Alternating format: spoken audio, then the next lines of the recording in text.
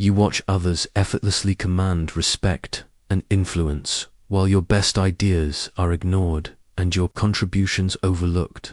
Every day you witness colleagues with less experience manipulate situations to their advantage, leaving you wondering why your honest, straightforward approach keeps you powerless in crucial moments. I am Niccolò Machiavelli, and I spent my life studying the dark arts of power and influence that separate rulers from subjects, winners from losers.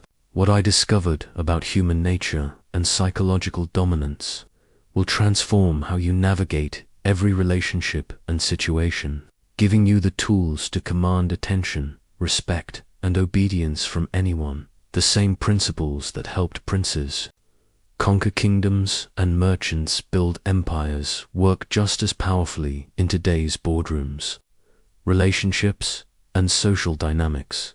But first, like this video, subscribe for more Machiavellian wisdom, and comment below where you're watching from. I want to know which corner of the world is ready to master the art of psychological dominance. When I was born in Florence in 1469, I entered a world where power was the only currency that mattered, and survival depended on understanding the intricate dance of dominance that played out daily in the marble halls of Italian palaces. My father, Bernardo, was a lawyer of modest means, but he possessed something more valuable than gold: access to the corridors where real decisions were made. Through him, I learned my first lesson about power. It's not about what you have, but about what others believe you have. My education began not in the traditional sense of studying Latin and rhetoric, but in observing how men of influence spoke with their eyes, how they positioned themselves in rooms, and how they could destroy a rival with nothing more than a well-timed pause and a calculated smile. I watched the Medici family orchestrate the fate of our republic from behind their banking empire, never needing to raise their voices because everyone understood the consequences of crossing them. In 1498, when I became second chancellor of the Florentine Republic at the age of 29, I thought I understood power. I was wrong. True understanding came through my diplomatic missions, where I witnessed firsthand how the most successful rulers operated. I watched Cesare Borgia, son of Pope Alexander VI, conquer the Romagna with a combination of ruthless violence and brilliant psychological manipulation. He showed me that the greatest leaders are those who understand that men judge more by their eyes than by their hands. Perception creates reality. During my mission to the court of Louis XII of France, I observed how a king could command absolute loyalty not through fear alone, but by making his subjects believe their prosperity depended entirely on his continued success. The French courtiers competed desperately for his attention, each convinced that royal favor would elevate them above their peers. I realized then that the most effective form of control comes from making others invest their own ambitions in your success. But my greatest teacher was adversity itself. In 1512, when the Medici returned to power, I was dismissed from office, imprisoned, and tortured on suspicion of conspiracy. Stripped of position and influence, I experienced powerlessness firsthand. This taught me more about the nature of power than any diplomatic mission ever could. I learned that true strength lies not in the offices you hold, but in the psychological tools you've mastered. It was during my exile in Sant'Andrea that I wrote The Prince, distilling everything I had observed about human nature and political dominance into a handbook for those who would rule. I wrote by candlelight, drawing from my memories of watching Cesare Borgia eliminate his enemies one by one, of seeing how King Louis managed competing factions, of understanding why some leaders inspired devotion while others merely commanded obedience through fear. Through these experiences, I discovered that psychological dominance operates on 7 fundamental principles, each one rooted in the unchanging aspects of human nature. These aren't mere theories, they are battle-tested strategies that I witnessed transform ordinary men into rulers of nations, and ordinary women into powers behind thrones. Before you can dominate anyone psychologically, you must first understand the fundamental truth that I discovered through decades of observing princes, merchants, soldiers, and servants. Human beings are driven by two primary forces: fear and self-interest. Everything else, love, loyalty, honor, patriotism, are merely decorative layers that people use to disguise these base motivations from themselves and others. I learned this harsh reality not from books, but from watching how quickly allegiances shifted when circumstances changed. I witnessed nobles who swore eternal friendship betray each other the moment it became profitable. I saw soldiers who fought valiantly for their homeland desert the instant their pay was delayed. I observed merchants who spoke eloquently about honor and reputation cheat their closest partners when they thought they could escape detection. The Romans understood this centuries before my time. They built an empire not by appealing to men's better angels, but by systematically addressing their fears and desires. They offered conquered peoples a choice: submit and prosper, or resist and perish. This wasn't cruelty, was clarity. They removed the confusion and noble pretenses that cloud most human interactions and reduced everything to its essential elements. Most people live in denial about their own nature.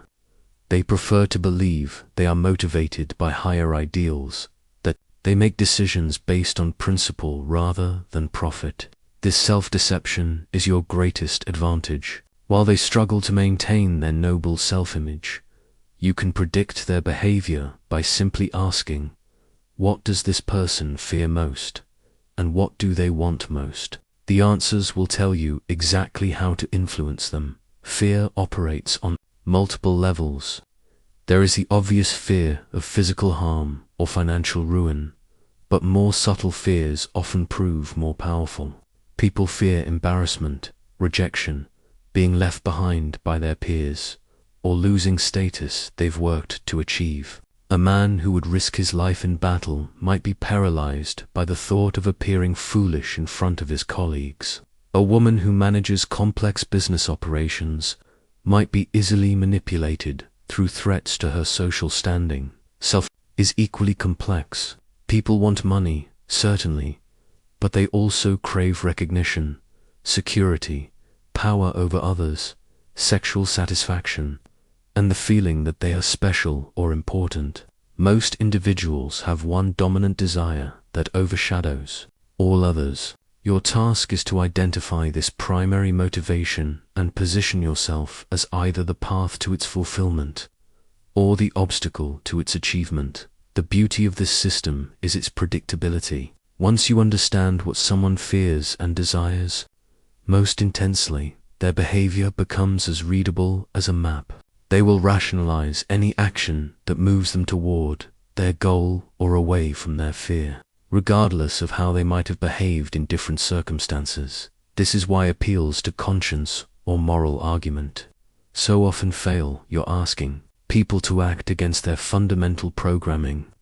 Instead, align your requests with their existing motivations. Show them how doing what you want serves their self-interest or helps them avoid what they fear most, and resistance crumbles like sand. The first psychological trick I mastered was the strategic use of unpredictability, not chaos or random behavior, but carefully calculated inconsistency that keeps others perpetually off balance while positioning you as the center of attention and concern.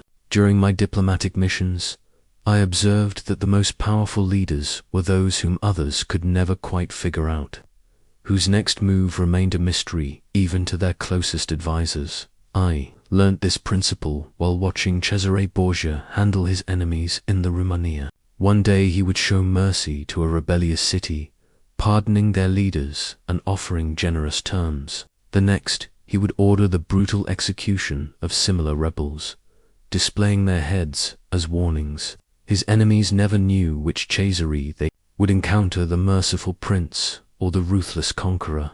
This uncertainty paralyzed them, making them hesitant to act, because they couldn't predict the consequences. The psychology behind this technique is rooted in human nature's desperate need for patterns and predictability. When people can anticipate your reactions, they feel in control of the relationship. They know exactly how much they can push you, what will anger you, and how you'll respond to various situations. This knowledge gives them power over you because they can manipulate your responses to serve their purposes. But when your reactions become unpredictable, you shatter their sense of control. They can no longer calculate the cost-benefit analysis of their actions toward you. A subordinate who once took advantage of your consistent patience suddenly becomes respectful when they realize that patience might transform into swift punishment. Without warning, a colleague who previously dismissed your opinions starts paying careful attention when they discover your support can appear and disappear unexpectedly. I employed this strategy during negotiations with foreign ambassadors. Sometimes I would be warm and accommodating, expressing enthusiasm for their proposals and offering generous concessions. Other times, with the same ambassador presenting similar terms, I would be cold and demanding, rejecting their offers and making difficult counterproposals.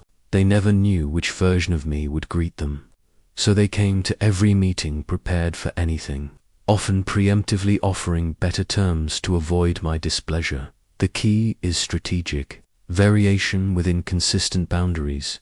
You must remain unpredictable in your methods while being absolutely reliable in your core objectives. People need to know that you will always pursue your goals with determination, but they should never know exactly how you will do it. This creates what I call productive anxiety. Others focus intensely on you because they need to constantly reassess their strategies based on your latest actions in modern applications. This might mean varying your response times to communications, alternating between detailed and brief feedback, or shifting between collaborative and decisive leadership styles, depending on the situation. The goal is not to be erratic, but to prevent others from taking your reactions for granted. Master this first trick, and you will find that people begin treating you with a respect and attention they never showed when you were predictably consistent. Information is the ultimate currency of power, more valuable than gold or armies, because it allows you to predict, influence, and control outcomes before others even realize a game is being played. Throughout my career as a diplomat and political advisor, I discovered that those who controlled information flows controlled everything else, and those who remained ignorant remained powerless. During my time serving the Florentine Republic, I developed an extensive network of informants throughout the Italian city-states. Merchants, servants, clerks, and courtesans all became my eyes and ears. I learned that a kitchen servant often knew more about a prince's true intentions than his official advisors, because people speak freely around those they consider invisible. I discovered that a banker's clerk could reveal more about a city's military capabilities than their war council, because money flows tell the real story of preparation and weakness. The first principle of information control is asymmetry. You must always know more about others than they know about you. I made it my practice to arrive at every negotiation knowing the personal debts, family troubles, secret alliances, and hidden fears of my counterparts. Meanwhile, I shared nothing about Florence's true situation unless it served our strategic purposes. This imbalance gave me tremendous leverage because I could predict their moves while keeping mine mysterious. I remember negotiating with a French ambassador who believed he held all the advantages. He had no idea that I knew about his king's financial troubles, his own gambling debts, or his secret correspondence with Milan. While he postured and made demands, I was able to structure our agreement to address his unspoken concerns and personal needs. He left thinking he had outmaneuvered me, when in reality, I had gotten everything Florence required, while giving him face-saving concessions that cost us nothing. The second principle is selective disclosure, revealing information strategically to create specific impressions and responses. Sometimes the most powerful information is that which you choose not to use. I often let people know that I possess damaging knowledge about them without explicitly threatening to use it. This created a permanent psychological pressure that influenced their behavior toward me, even when the topic at hand had nothing to do with their secrets. The third principle is creating information dependency. I made myself indispensable to various leaders by becoming their primary source of crucial intelligence. They came to rely on my reports about enemy movements, political developments, and economic trends. This dependency gave me influence far beyond my official position, because they needed to keep me satisfied to maintain their information advantage over their rivals. In modern contexts, this translates to understanding office politics, industry, trends, and personal motivations better than your peers. It means being the person others come to for insights and updates. It means knowing who is truly making decisions, who influences whom, and where the real power lies in any organization. The most sophisticated application involves creating information that shapes reality itself. Sometimes I would deliberately leak specific pieces of intelligence, knowing they would reach certain ears and prompt predictable reactions. By controlling what people believed about a situation, I could influence their decisions and essentially engineer outcomes that served Florence's interests. Remember, in any relationship or situation, the person with the best information holds the real power. Regardless of titles, positions, or apparent advantages, the most elegant form of control is that which the controlled never recognize as control at all. Throughout my observations of successful rulers, I noticed that the most effective leaders rarely gave direct orders or ultimatums. Instead, they mastered the art of presenting options in such a way that others freely chose exactly what the leader wanted them to choose, all while believing they were exercising their own independent judgment. I first witnessed this technique during my diplomatic mission to France, where I watched King Louis XII handle a potentially explosive dispute between rival noble families. Rather than imposing a solution that would create resentment, he presented 3 possible resolutions to the feuding parties. What appeared to be generous options were actually carefully crafted so that only one choice was truly viable, one that served the king's interests perfectly. Both families examined the alternatives, debated among themselves, and ultimately selected exactly what Louis had intended from the beginning. They left grateful for his wisdom and fairness, never realizing they had been expertly manipulated.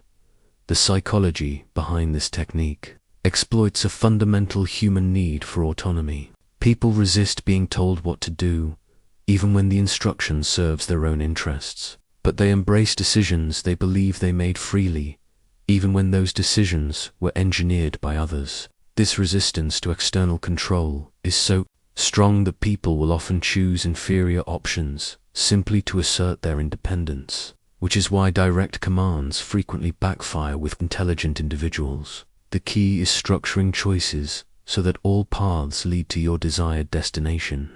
I learned to present alternatives that appeared different on the surface, but served my underlying objectives, regardless of which option was selected. During trade negotiations, I might offer 3 different payment schedules: immediate payment, with a discount, standard terms, or extended payment with interest. The Florentine treasury benefited under any scenario, but merchants felt empowered by having options to choose from. The most sophisticated application involves what I call guided discovery, leading others to reach conclusions you want them to reach while making them feel brilliant for having figured it out themselves. I would plant seeds of information and allow my targets to connect the dots, arriving at strategic insights that perfectly aligned with my goals. They would then defend these ideas passionately because they believed the thoughts were their own creation. I remember advising a wealthy merchant who was considering expansion into new territories. Rather than telling him which cities to target, I shared seemingly casual observations about trade routes, political stability, and market opportunities in various regions. I mentioned demographic trends in some areas and regulatory challenges. In others, within weeks, he came to me excitedly with his brilliant plan to expand into exactly the territories that would most benefit Florence's economic interests. He implemented his strategy with enthusiasm and determination because he was convinced it was his own brilliant analysis. In modern applications, this might involve presenting your team with research and data that naturally leads them toward the conclusion you prefer, or structuring business proposals with multiple options that all serve your core objectives. The goal is to make others feel smart and autonomous while ensuring they choose paths that align with your strategic goals. Fear and hope are the twin engines that drive all human behavior, and the leader who masters their manipulation holds the keys to unlimited influence over others. During my years studying the most effective rulers, I observed that they never relied on reason alone to motivate their subjects. Instead, they understood that emotional states determined decisions far more powerfully than logical arguments ever could. Cesare Borgia provided me with the most instructive example of this principle in action. When he conquered new territories, he would begin by making examples of a few prominent rebels, not because their punishment was necessary for security, but because the fear it generated made everyone else eager to cooperate. But he was equally brilliant at offering hope. He would elevate loyal locals to positions of authority, display tremendous wealth and opportunity for those who served him well, and paint vivid pictures of the prosperity that awaited cooperative subjects. The crucial insight is that fear and hope must be balanced carefully. Too much fear creates desperation, and desperate people become dangerous because they have nothing left to lose. Too much hope without any fear breeds complacency, an eventual rebellion when reality falls short of promises. The most effective approach alternates between the two emotions, keeping your targets emotionally engaged but never allowing them to settle into either comfort or despair. I learned to identify what each individual feared most deeply. For some, it was financial ruin. For others, social embarrassment or professional failure. Some feared physical harm, while others were terrified of being forgotten or irrelevant. Once I understood their primary fear, I could position myself as either their protector from that outcome, or as someone capable of bringing their nightmare to life. This gave me tremendous leverage in all subsequent interactions. Similarly, I studied what each person hoped for most intensely. Some craved recognition and status, others desired security and stability. Many wanted power over others, while some simply longed for peace and freedom from responsibility. I made myself instrumental to their hopes by demonstrating how cooperation with me advanced their dreams while opposition threatened to destroy them. The most sophisticated application involves creating artificial scarcity and urgency around opportunities. I would present limited time offers or exclusive access to benefits, making people feel they might miss out if they didn't act quickly. This activated both their fear of loss and their hope of gain simultaneously, creating powerful motivation for immediate compliance. During one particularly delicate negotiation with Venetian merchants, I learned they feared losing their exclusive trading rights in our territory while hoping to expand into new markets. I carefully leaked information suggesting that other city-states were offering us more favorable terms, activating their fear of replacement. Simultaneously, I hinted at potential opportunities for expansion if our relationship strengthened, feeding their hope for growth. The emotional pressure created by this combination led them to accept terms far more favorable to Florence than they would have considered under normal circumstances. In modern contexts, this might involve helping others visualize both the consequences of inaction and the benefits of following your guidance, making the emotional case alongside any logical arguments you present. True power is rarely exercised alone. It flows through networks of carefully cultivated relationships where each party believes they are gaining more than they are giving.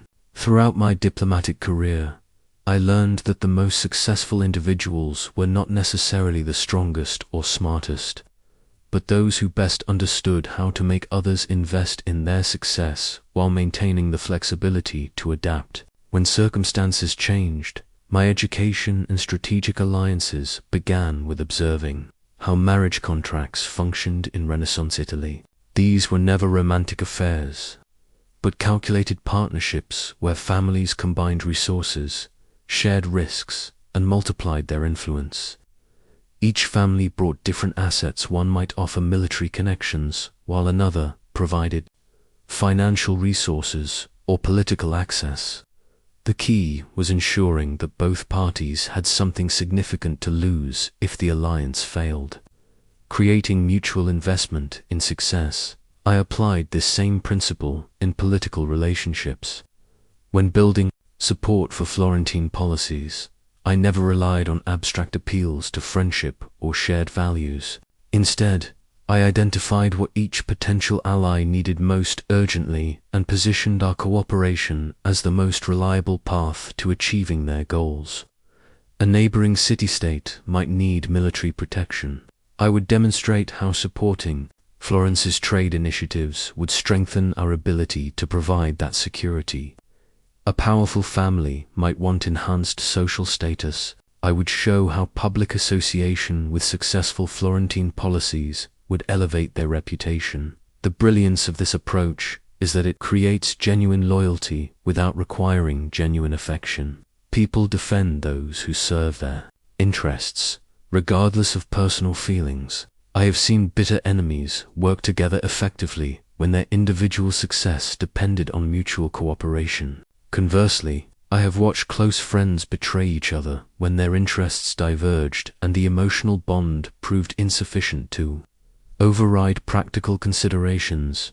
The most sophisticated alliances are those where you become indispensable to others' success while maintaining multiple alternatives for yourself. I made it my practice to never depend entirely on any single relationship or partnership. If one alliance dissolved, I always had others ready to activate, but I also ensured that my allies became dependent on me in ways they might not fully realize until I was no longer available. During the complex negotiations surrounding the League of Cambrai, I watched Pope Julius II demonstrate masterful alliance management. He simultaneously maintained relationships with France, Spain, and the Holy Roman Empire, each of whom believed they had special access to his support.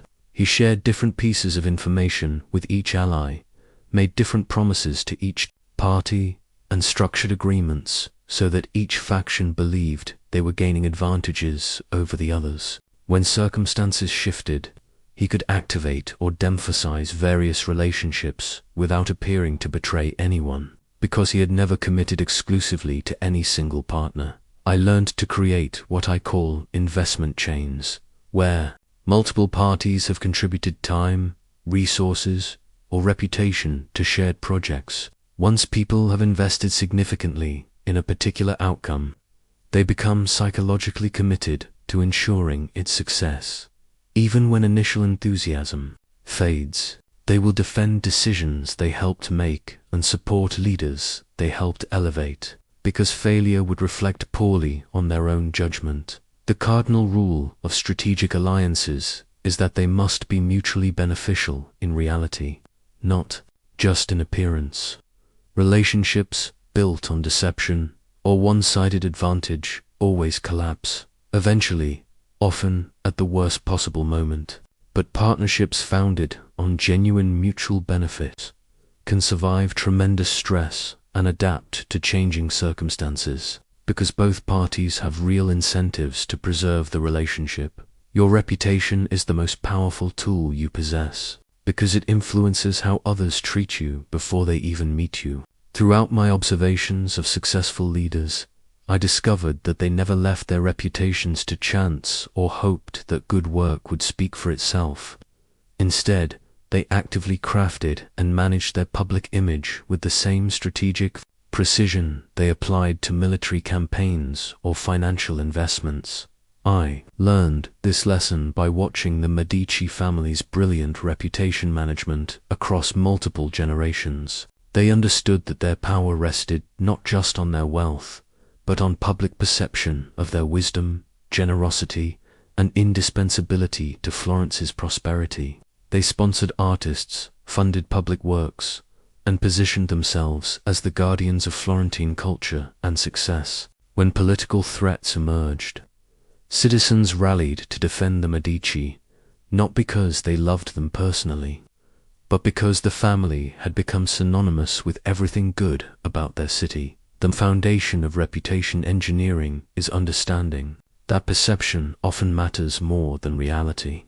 People base their decisions on what they believe about you, not necessarily on what is objectively true. This creates tremendous opportunity for those wise enough to shape beliefs strategically. I observed that successful leaders often became known for specific qualities: wisdom, courage, reliability, innovation, and then consistently reinforced these associations through their actions and communications. During my diplomatic missions, I cultivated a reputation for having access to information that others could not obtain. I would occasionally share insights that proved remarkably accurate, carefully choosing moments when my predictions would be most memorable and impressive. Word spread that I possessed unusual intelligence-gathering capabilities, which made other diplomats eager to trade information with me and made leaders more willing to share sensitive details. Believing I probably already knew them anyway, the most sophisticated reputation builders understand that different audiences require different versions of the same person. With military leaders, I emphasized my understanding of strategic thinking and battlefield psychology. With merchants, I highlighted my knowledge of economic trends and trade opportunities. With scholars, I demonstrated my appreciation for classical learning and philosophical depth. I was not being deceptive. These were all genuine aspects of my capabilities, but I was strategically emphasizing different facets of my character depending on who needed to be influenced. I also learned the power of strategic vulnerability in reputation building, occasionally revealing small, humanizing flaws or admitting minor mistakes can make you appear more trustworthy and relatable, while drawing attention away from more significant weaknesses you prefer to keep hidden. I would sometimes share stories of early career errors or confess to uncertainties about complex situations, which made others more likely to trust my judgment when I spoke with confidence. The key to effective reputation management is consistency over time. Every interaction, every decision, and every communication either reinforces or undermines the image you are trying to create. I made it my practice to consider how each action would be interpreted by different audiences and whether it supported the reputation I wanted to maintain. One of my most effective techniques was creating opportunities for others to discover positive things about me rather than promoting myself directly.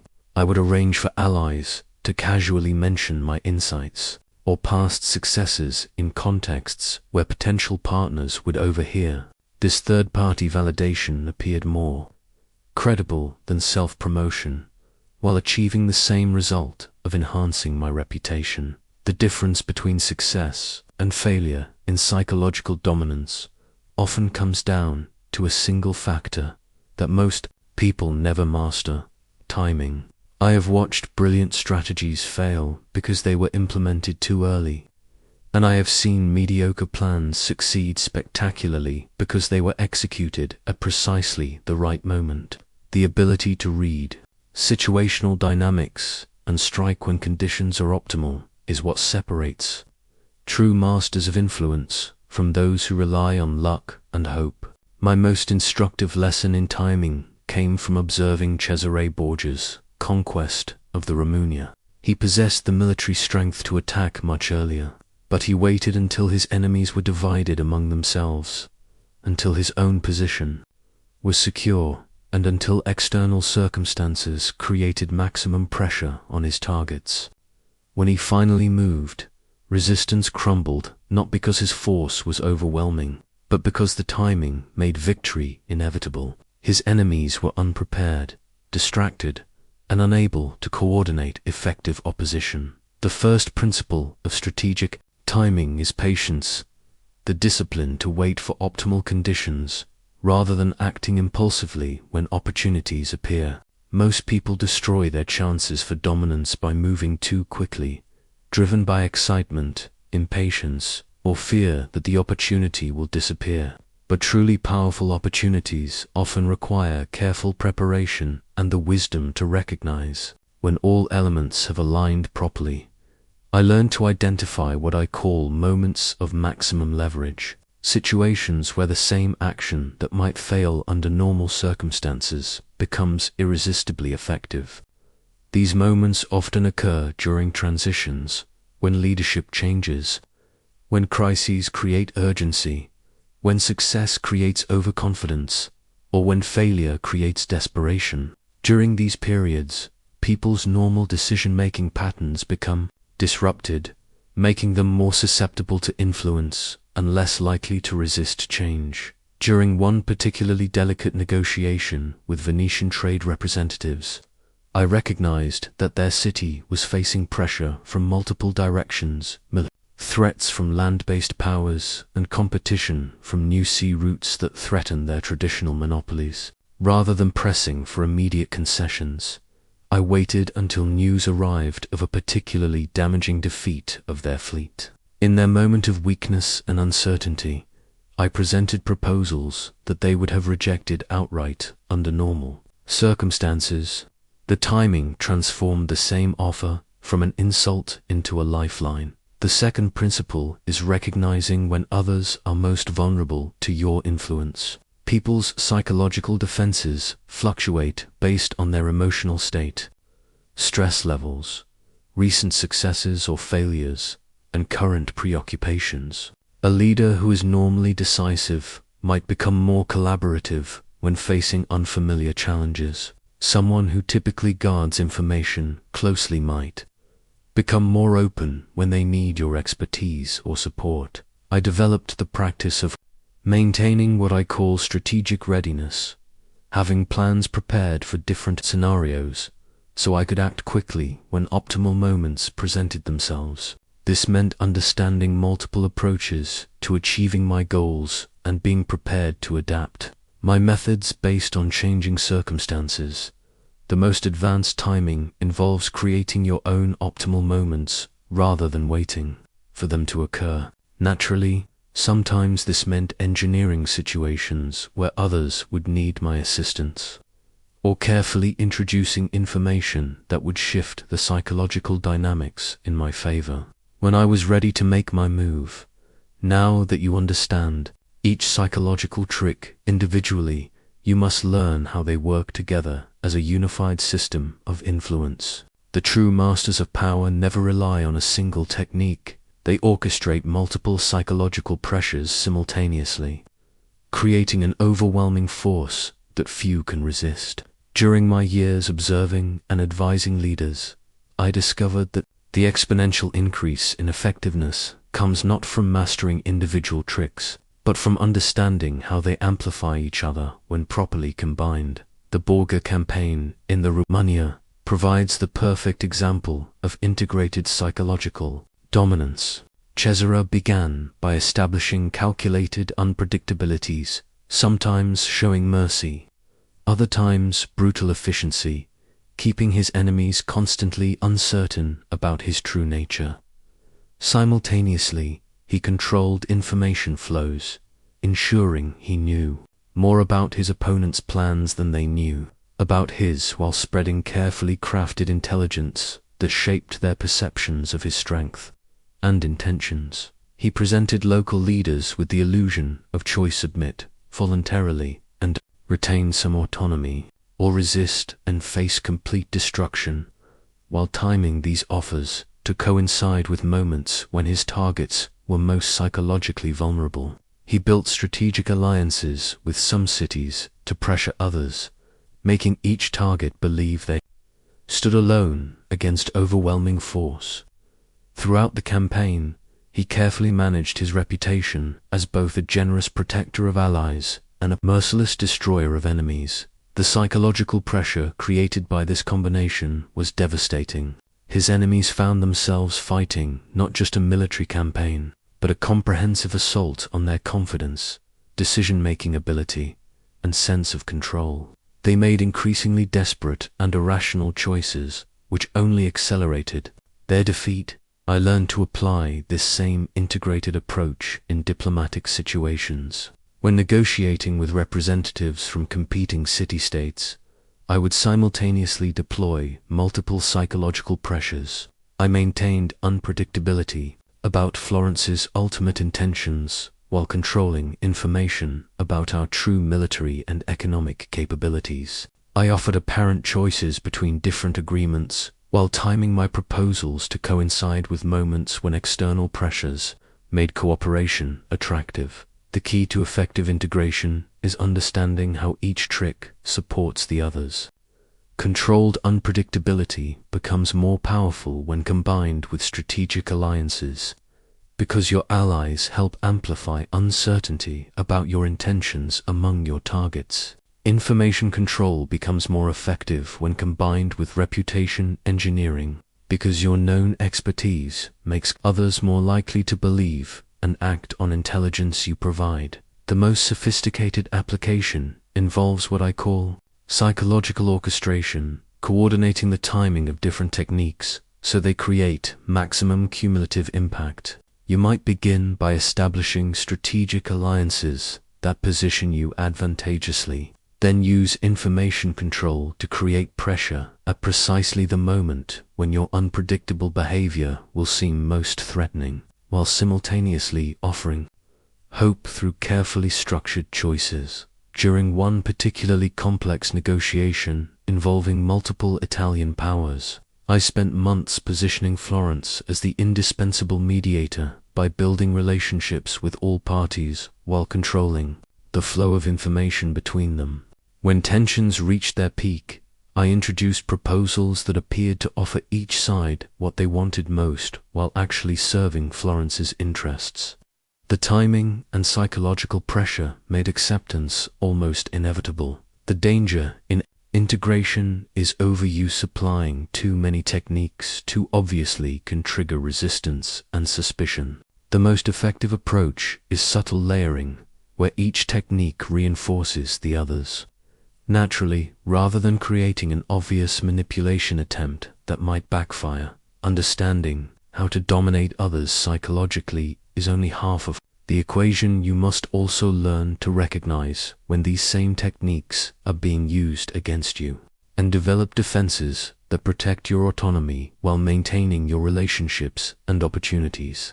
Throughout my career, I encountered many skilled manipulators who attempted to use these very techniques to control my actions and advance their own interests at Florence's expense. My first major lesson in psychological defense came during negotiations with French representatives who clearly understood the art of information control.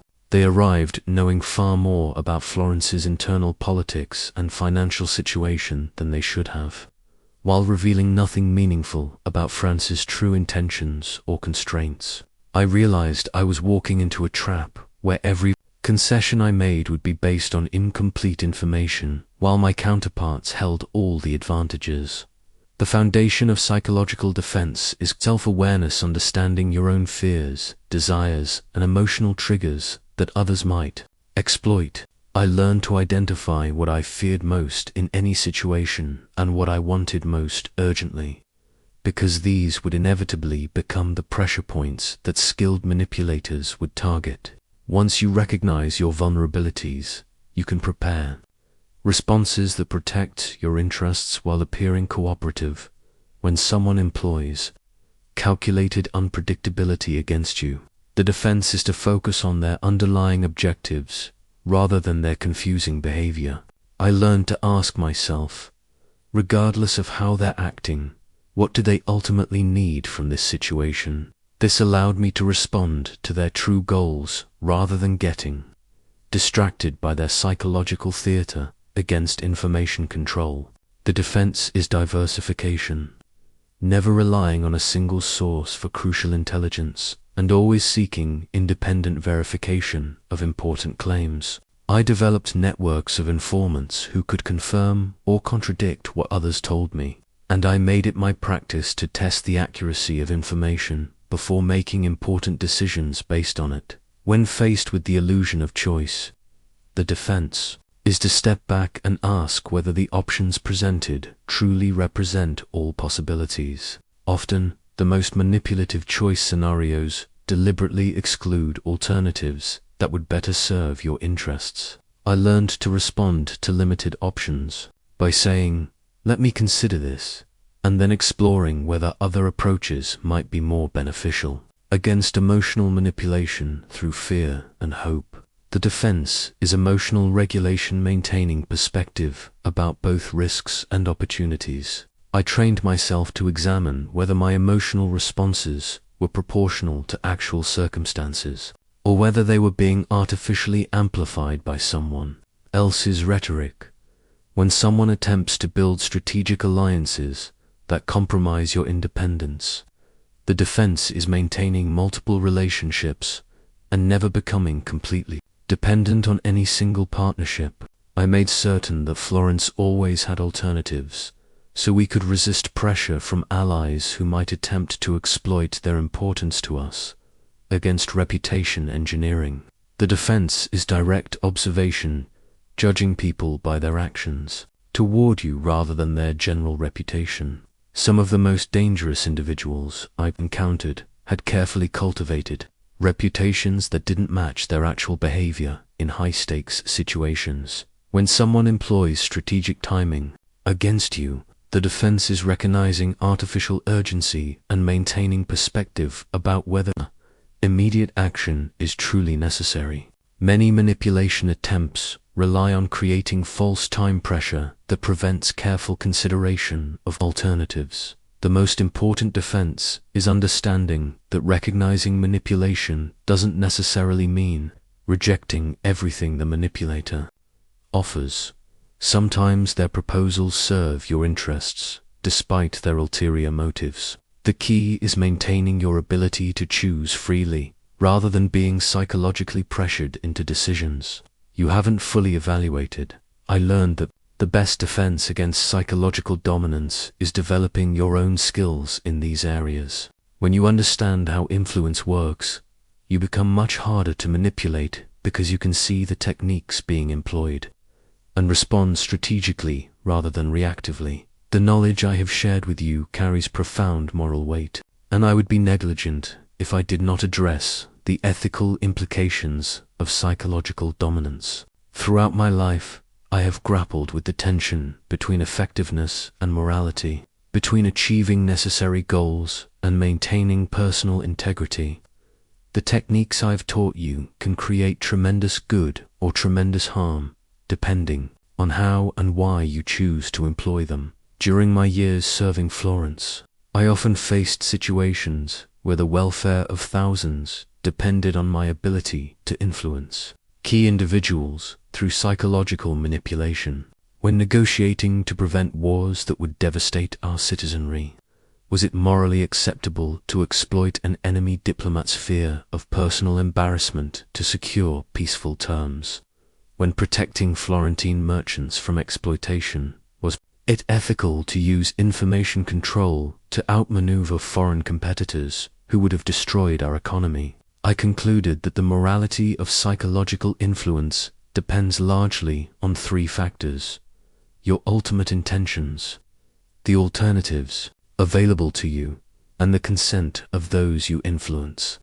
Using these techniques to serve only your personal advancement at the expense of others is fundamentally different from employing them to protect people you are responsible for. or to achieve outcomes that benefit society broadly. The first ethical consideration is proportionality, ensuring that your methods match the stakes involved.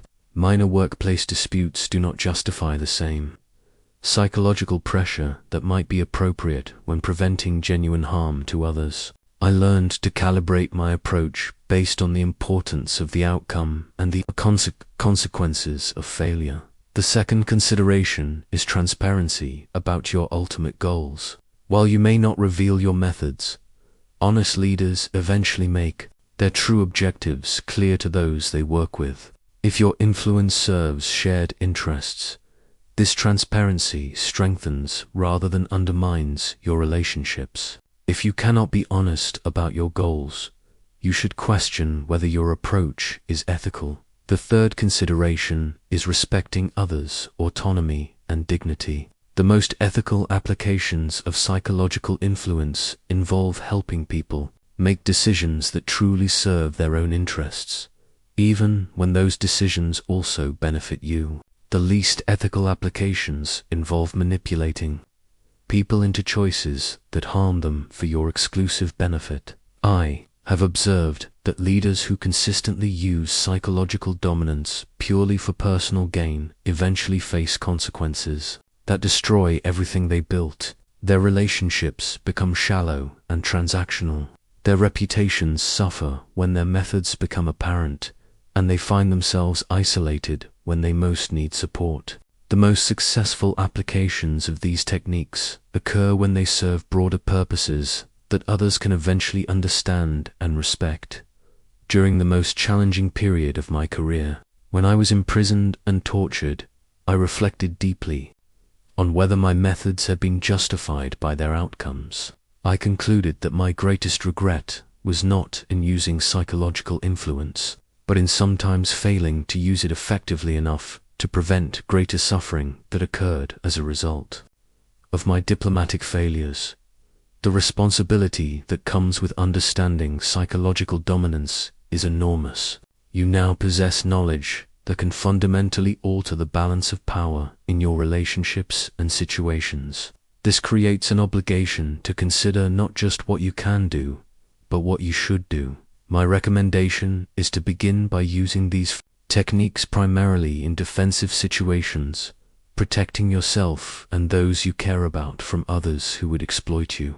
As you develop skill and judgment, you can gradually expand to using them for positive influence that serves mutual interests. The goal should be becoming someone others trust to use power responsibly, rather than someone they fear will abuse it.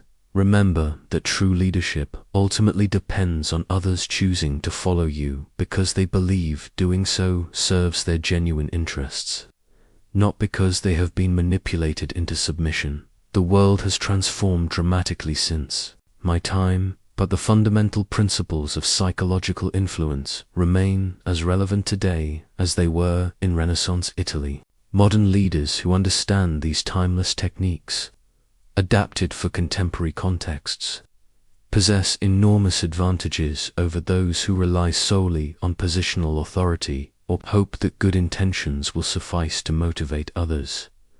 Today's most successful leaders understand that traditional command and control structures have given way to influence-based leadership, where psychological mastery matters more than hierarchy. In our interconnected world, where information travels instantly and reputations can be built or destroyed overnight, the leader who controls perception and emotional responses holds the real power, regardless of their official title.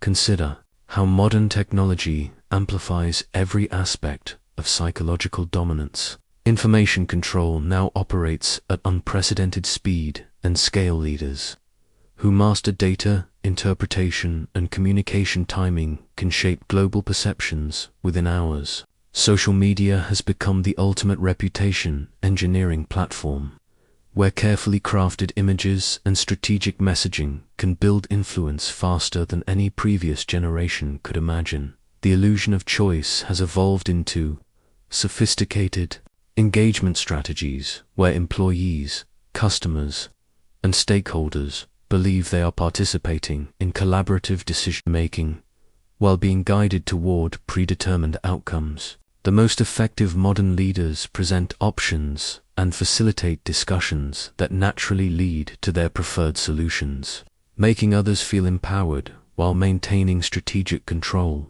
Strategic alliances in today's environment require managing complex networks of partners, competitors, vendors, and stakeholders who may occupy multiple roles simultaneously. A supplier might also be a customer, a competitor might become a strategic partner, and an employee might become a business partner. Leaders who understand how to create mutual dependencies and shared interests across these complex relationships gain exponential influence.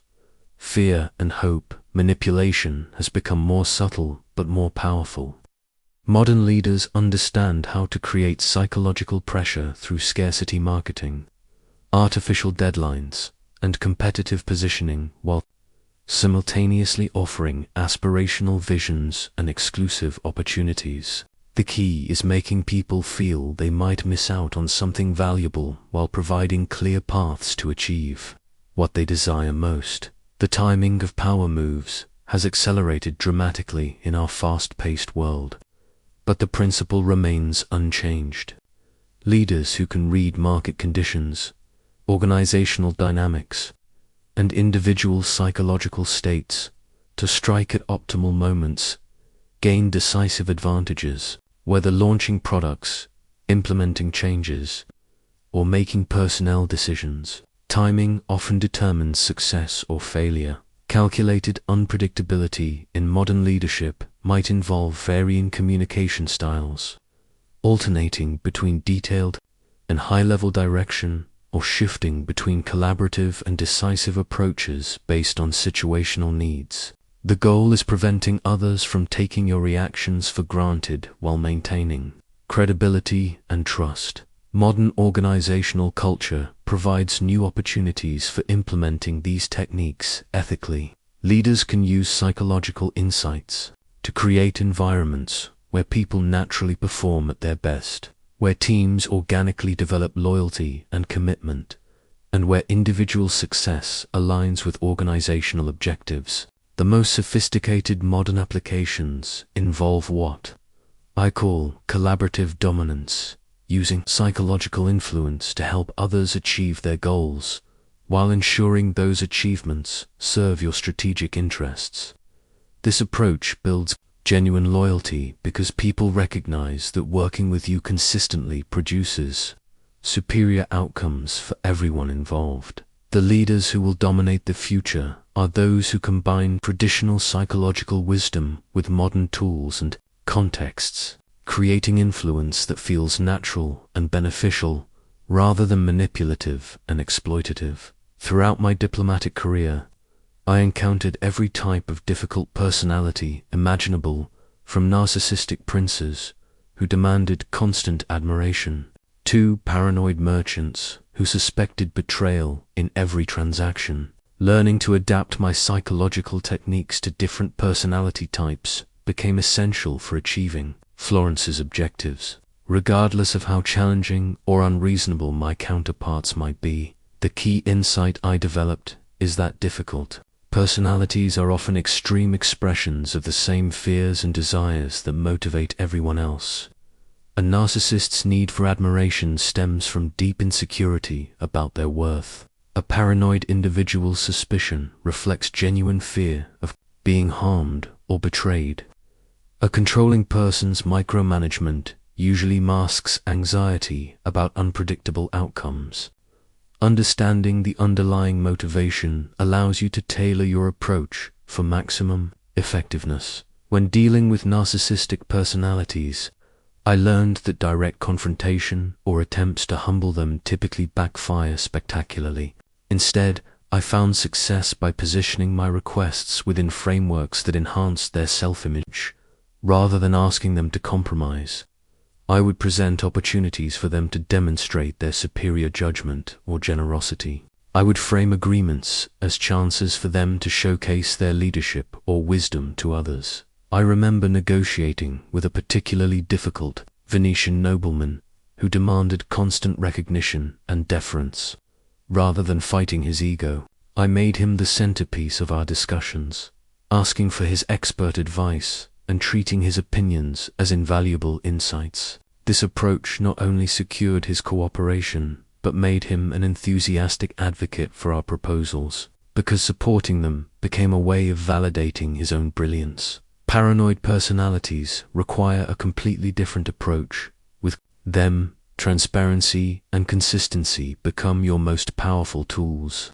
I would share more information than strictly necessary, explain my reasoning in detail, and maintain absolutely predictable behavior over extended periods. The goal was gradually building trust through reliability rather than trying to charm or manipulate them directly. During negotiations with a merchant who suspected everyone of trying to cheat him, I made it my practice to voluntarily reveal potential problems with our proposals and suggest safeguards that protected his interests. This counterintuitive approach eventually convinced him that I was genuinely looking out for his welfare, which made him much more willing to accept favorable terms.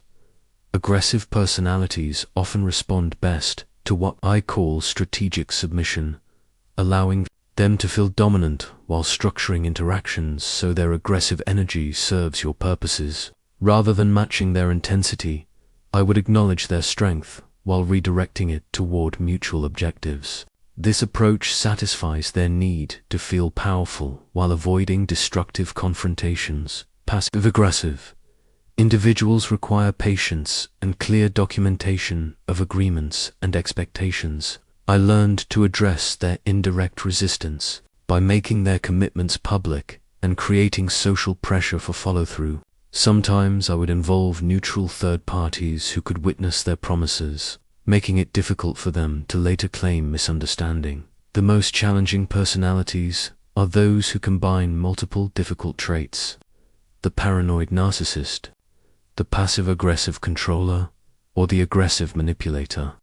With these individuals, I developed what I call sequential engagement, addressing one problematic trait at a time, rather than trying to handle their entire personality simultaneously. The critical principle in all difficult personality management is maintaining emotional detachment. You cannot take their behavior personally or allow their dysfunction to trigger your own emotional responses. I trained myself to view difficult personalities as strategic puzzles rather than personal affronts, which allowed me to remain calm and analytical even when they were being deliberately provocative. Success with difficult personalities often requires extended time investment, unlike normal negotiations that might conclude quickly. These relationships frequently require months or years of careful relationship building before major agreements become possible. The payoff, however, can be enormous, because difficult personalities often control valuable resources or occupy key positions precisely because others avoid dealing with them. True masters of psychological dominance think in decades, not days.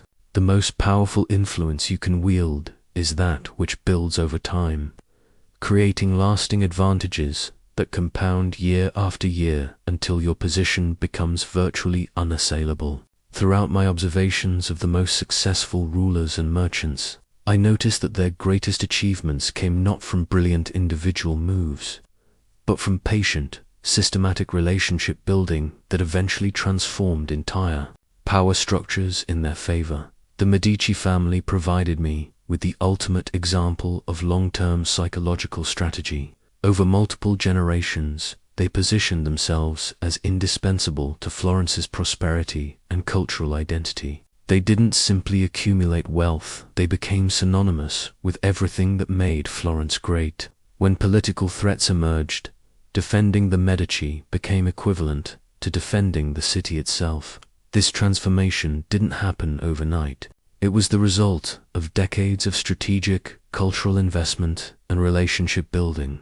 I learned that the most sustainable form of psychological dominance comes from making others genuinely better off through their association with you. Rather than extracting value from relationships, the long-term approach involves creating value that others cannot easily replace or replicate. When people's success becomes tied to your success, they defend your interests as enthusiastically as they defend their own. During my diplomatic career, I focused on becoming indispensable to key decision makers by consistently providing insights and solutions that enhanced their effectiveness. Rather than seeking immediate concessions, I invested time in understanding their long-term challenges and positioning myself as the person they could rely on for strategic guidance.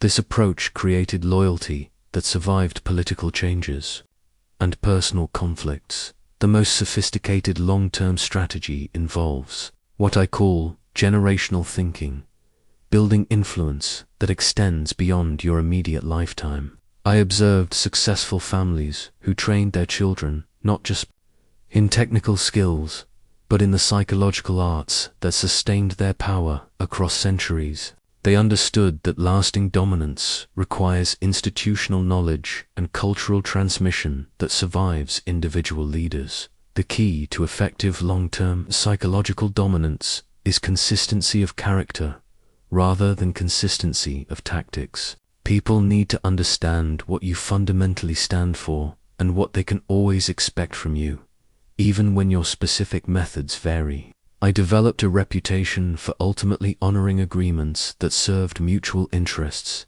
even when circumstances made it tempting to break commitments. This reliability became one of my greatest strategic assets. Long-term influence also requires what I call compound positioning, building multiple reinforcing sources of power that strengthen each other over time, rather than depending solely on official positions or financial resources. Sustainable dominance comes from combining reputation, relationships, knowledge, and strategic alliances in ways that create redundant sources of influence. I learned to invest consistently in relationships even when immediate benefits weren't apparent. Some of my most valuable alliances developed from years of small favors, shared information, and mutual support during difficult periods. These relationships became invaluable during major negotiations because they provided trusted channels for communication and influence that couldn't be easily disrupted. The patience required for long-term psychological dominance often conflicts with short-term pressures and opportunities. I had to learn to resist attractive immediate gains that would undermine my long-term strategic position.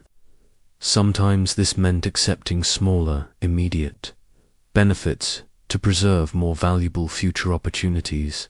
The ultimate goal of long-term psychological dominance is creating what I call structural power, influence that becomes embedded in the systems and relationships around you. At this level, your dominance becomes largely invisible because it operates through established patterns and expectations rather than active manipulation.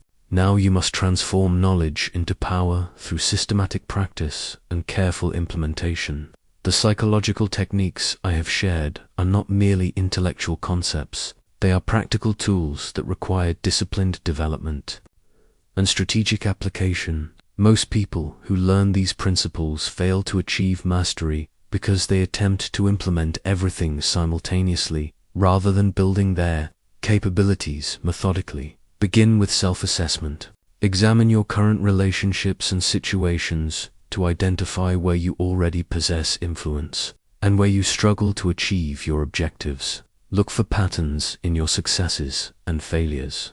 Do you excel at building strategic alliances, but struggle with timing? Are you naturally good at information control, but weak at managing your reputation? Understanding your existing strengths allows you to build from a foundation of competence while systematically addressing your weaknesses. Start your practice with the technique that feels most natural to your personality and circumstances. If you already have access to valuable information in your work or social environment, begin with strategic information control. If you have natural charisma and people tend to trust you, focus first on reputation engineering. The goal is building confidence and experiencing success. Before tackling more challenging aspects of psychological dominance, I recommend beginning with low-stakes practice opportunities where failure won't damage important relationships or create significant consequences. Use routine workplace interactions, casual social situations, or minor negotiations to experiment with calculated unpredictability. The illusion of choice, or strategic alliance building. Pay careful attention to how others respond to different approaches and refine your techniques based on actual results rather than theoretical expectations. Keep detailed records of your attempts and their outcomes. I maintained extensive notes throughout my diplomatic career, documenting which approaches worked with different personality types and in various situations. This created a personal database of effective strategies that I could reference and adapt for future challenges. Your own documentation will become invaluable as you develop expertise. Practice emotional regulation and strategic thinking under pressure. The most beautiful psychological strategies become useless if you lose composure. During critical moments, develop techniques for maintaining analytical perspective when others are being difficult, when stakes are high, or when things aren't proceeding according to plan. The ability to think clearly and respond strategically rather than reactively separates masters from amateurs. Build your information gathering capabilities systematically. Develop a network of sources who can provide insights about the people and situations you need to influence. Learn to ask questions that reveal underlying motivations and concerns. Practice listening for what people don't say as much as what they do say. Information superiority provides the foundation for all other psychological techniques. Study the masters around you. Identify people in your environment who seem to exercise unusual influence and observe their methods. Most skilled practitioners of psychological dominance are subtle enough that their techniques aren't immediately obvious, but careful observation will reveal their patterns. Learn from their successes and their mistakes. Create accountability systems that ensure consistent practice and improvement. Share your development goals with trusted mentors or peers who can provide feedback and encouragement. Set specific, measurable objectives for improving your influence in particular relationships or situations. Remember that mastery requires years of dedicated practice. Be patient with yourself while maintaining consistent effort. The goal is not perfection, but steady improvement in your ability to understand and influence others effectively and ethically. As I reflect on my lifetime of studying human nature and the exercise of power, I am struck by both the consistency and the complexity of what I have discovered. The 7 psychological techniques I have shared with you are not mere tricks or manipulations. They are fundamental aspects of how influence operates in all human relationships. Whether you choose to master them or remain ignorant of them, others will use these principles to shape your life and decisions. The only question is whether you will understand the game well enough to protect yourself and advance your legitimate interests. Power, I have learned, is neither inherently good nor evil. It is simply a tool, like fire or steel, that can create or destroy depending on the wisdom and character of those who wield it. The psychological dominance I have taught you can be used to build prosperity, prevent conflicts, protect the vulnerable, and create opportunities for others to flourish. It can also be used for selfish exploitation, destructive manipulation, and the advancement of narrow interests at others' expense. The choice of how to apply this knowledge rests entirely with you. Throughout my career, I made both wise and foolish decisions in exercising influence. I used psychological techniques to help Florence navigate dangerous political waters and secure beneficial trade agreements. I also sometimes allowed my understanding of human weakness to make me cynical about human potential. If I were to live again, I would focus more on using psychological insights to help others achieve their best selves, rather than simply bending them to my will. The greatest leaders I observed were those who combined psychological mastery with genuine care for those they influenced. They understood that sustainable power comes from making others genuinely better through their association with you. They used their influence to create environments where people could flourish while achieving collective objectives that served broader purposes. I want to leave you with 3 final warnings based on my lifetime of experience. First, never become so focused on psychological technique that you lose sight of ethical considerations. The most skilled manipulators often destroy themselves because they cannot maintain the trust and genuine relationships that sustain long-term success. Second, remember that psychological dominance without corresponding competence and value creation ultimately collapses. You must deliver real benefits to others, not just the illusion of benefits. Third, be prepared for the loneliness that comes with deep understanding of human nature. Once you see clearly how influence operates, you may find it difficult to enjoy the innocent trust and naive optimism that others take for granted. But I also want to leave you with hope. The same psychological insights that reveal human weaknesses also illuminate human potential. When you understand what truly motivates people, you can help them achieve goals they never thought possible. When you master the art of influence, you can create cooperation where conflict seemed inevitable. When you learn to work with human nature rather than against it, you can accomplish extraordinary things that benefit everyone involved. The world needs leaders who understand both the darkness and the light in human nature, who can protect against manipulation while inspiring genuine excellence. The psychological tools I have given you can serve this higher purpose, if you choose to use them wisely. My legacy lies not in the specific political outcomes I achieved during my lifetime, but in the insights about human nature that remain relevant centuries after my death.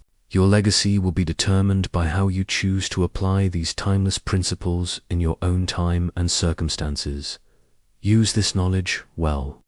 The future depends on leaders who understand power deeply enough to wield it responsibly, and who care enough about others to use their influence in service of something greater than their own immediate interests. The choice, as always, is yours.